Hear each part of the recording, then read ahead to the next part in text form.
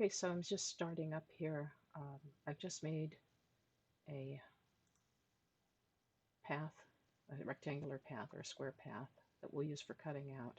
And I have two circles, but you'll notice that the black part is actually the stroke of a 0.4-inch stroke around each of these circles.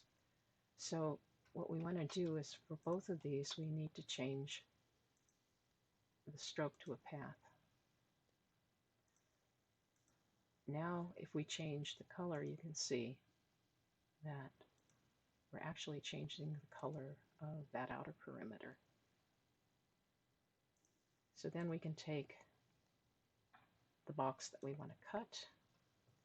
We're going to first make these into a single path with a Control K, then select the box, and then do a Control minus, and that should give you what you need.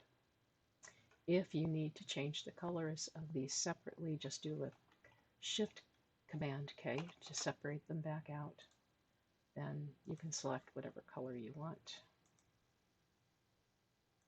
and change the colors or do whatever you want with them separately. And so what we end up with are two paths. I think that's what you want.